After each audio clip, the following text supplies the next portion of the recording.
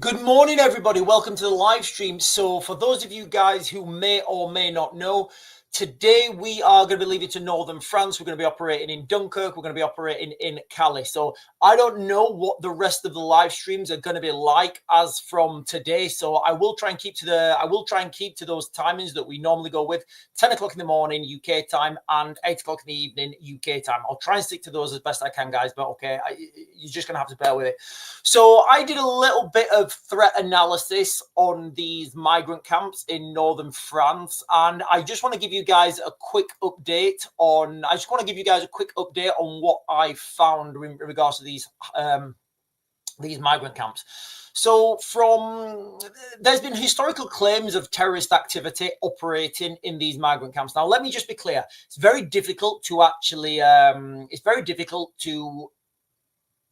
point at something and say that that is terrorism, because for it to be terrorism, you have to prove that the direct link to some political, religious, racial organization that have political motives. And if you can't do that, then it's not terrorism. Now that's, I've been talking about asymmetric warfare coming to the shores of the United Kingdom for quite a while. And one of the things I say is, there's going to have to be new names for this, because we are going to have a lot of criminal gangs operating under state-sponsored projects, i.e., criminal gangs are being paid money to go and conduct, sabotage, to go stabby, go rammy. These are the things that I believe are coming to the United Kingdom, and I do believe a lot of these people will be operating in northern France.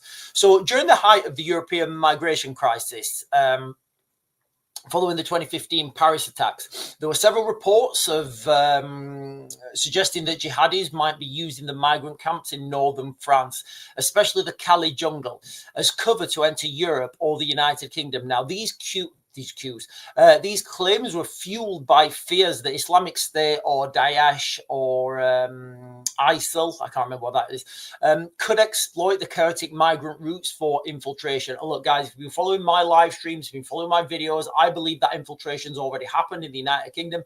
I believe a lot of these people are already sat in hotels waiting for the thumbs up.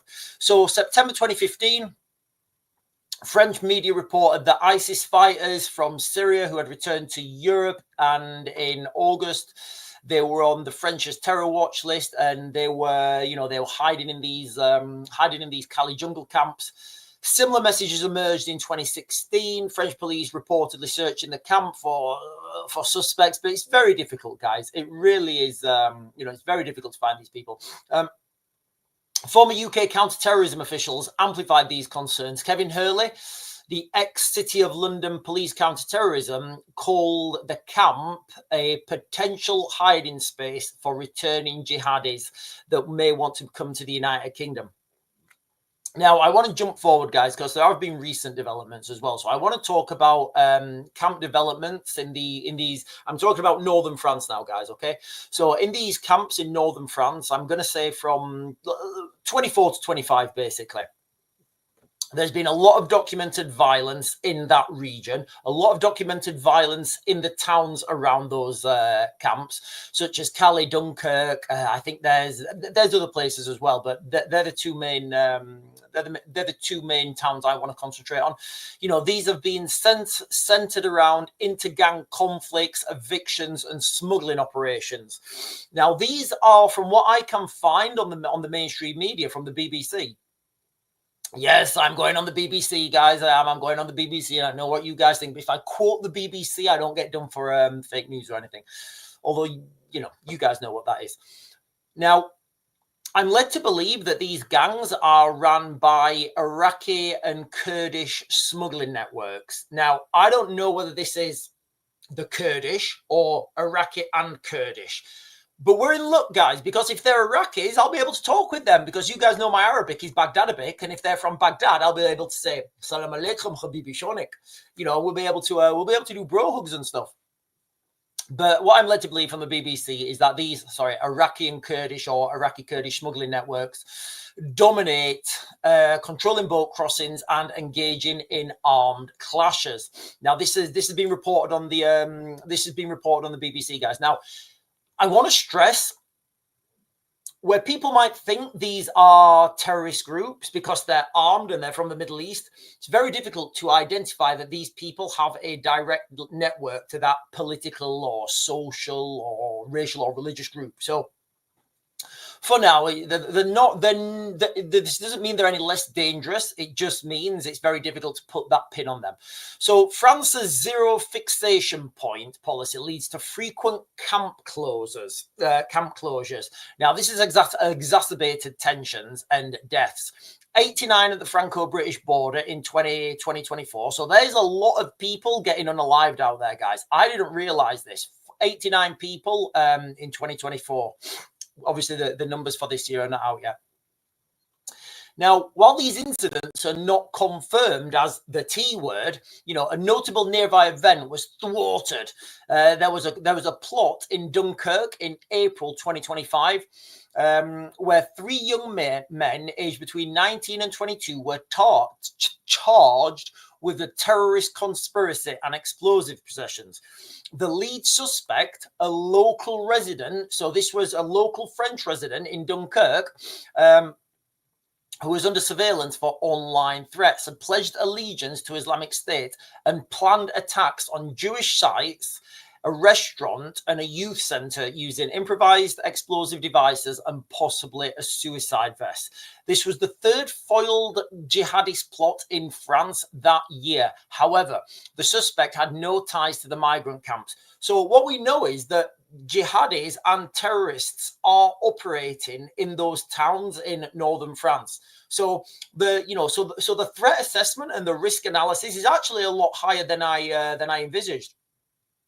So now we've got this situation where we've got these migrant camps that have migrants, and you guys can say what you want about them. People potentially, me included, are saying that a lot of these people will be fleeing. So do you know what? I'm not saying that at all. I'm asking a question. Do you think if people commit a crime in their country, are they going to stay behind in their country and go to jail, or are they going to chuck their passport and make their way to northern France and come over the water to the United Kingdom? I think it's a no-brainer. So I do think you've got that element, but from what I've learned today, well, over the last couple of days while I've been researching this, there are confirmed terror networks in these towns in northern France. Like I just said, there was a plot foiled in April 2025 where a local man who lived in it was a local Dunkirk resident. So a lot of these people are, radicalized online, and they're at a very particular age where people are very susceptible at that age. So the French and EU authorities continue to flag potential terrorist infiltration via migrant routes as a concern. Although it's very difficult it's very difficult to be able to pin these down as actual terrorism, because like I keep saying, for it to be terrorism, you have to have that direct link to a political. It's why they got Tommy Robinson on terrorism charges, because he's got a clear political motive, right? Yeah. And then somebody who goes stabby, rammy, if you can't link them back to that political, religious, racial, social group with a political motive, it's not terrorism, guys. And you can argue with me all you want. You're not arguing with me. You're literally arguing with the literal English language and the definition. So, there have been substantial links. There have been substantial links to crime.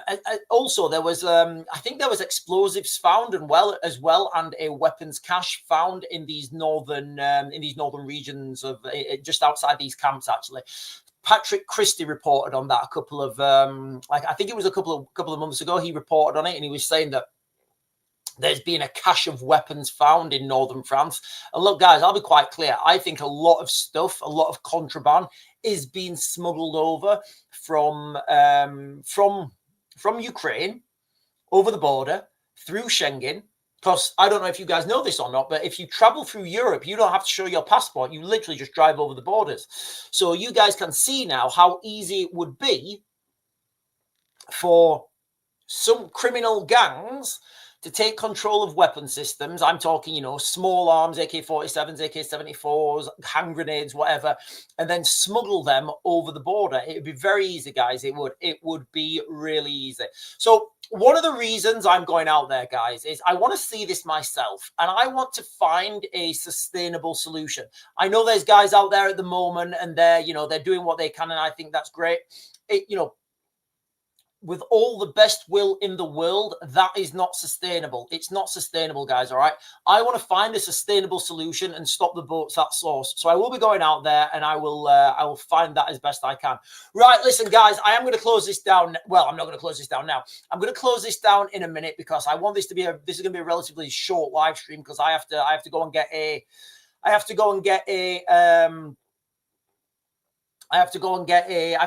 France driving kit. I have to print my vehicle insurance off. What else do I have to do? I have to do some bits because if you're driving in France, and I didn't know this, if you're driving in France, you have to have something like you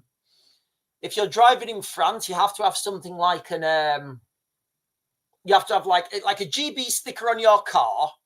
You have to have a visibility vest for everyone. There's a kit list that you have to get, basically. You can buy them from Halfords. So I've got to go and get one of those.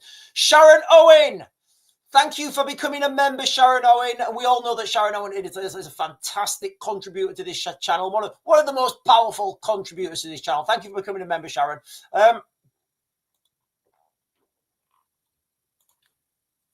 America left £7 billion worth of kit at Bagram as well. Yeah, so with the Americans, with the kit and equipment the Americans left in Bagram, it's a lot more difficult to get that kit and equipment across those borders into into Europe and then through those customs to northern France. But with the stuff that's being given to Ukraine, I would speculate that there are criminal gangs working on both sides of that border, and they will be smuggling weapons through. And as soon as those weapons get into Poland, it's literally a clear drive all the way up to France. And, I would speculate that there are a lot of people willing to do that. Demery saying, should we all share this live on Danny Tomo's YouTube post? He posted only minutes ago. Guys, listen, share my stuff. Let people know I'm going out there. Listen, guys, I've got my own stuff to do. I've got my own stuff to do. I'm going out there with a view to find a sustainable end to this, a sustainable end. And, I don't know what that's going to be. I don't know. I genuinely don't know what that's going to be, guys. I don't want to get involved with this going down on the shores and, I don't want to steal anybody else's thunder. I want to go down there and look what a sustainable solution would be. Right, listen, guys, I've got lots to do. I've got lots to do. So I'm going to close this down now. I'll be back on. I'll be getting you guys live streams as and when I can. I think that's it, guys. I've got quite a bit to do, so I am going to close this down now. I keep saying that. I know I do. I'm just trying to think, are there any points that I've missed? There are not, ladies and gentlemen. Don't forget, if you've not done so already, to like, comment, subscribe, and share my stuff, guys. And I'll keep you guys updated. I'll be putting videos on. I don't know what platform I'm going to use. I'll try and get as much on YouTube as I can because it's less restrictive. But whatever I can, I will do. And we'll see where we go, guys. I'll see you guys later.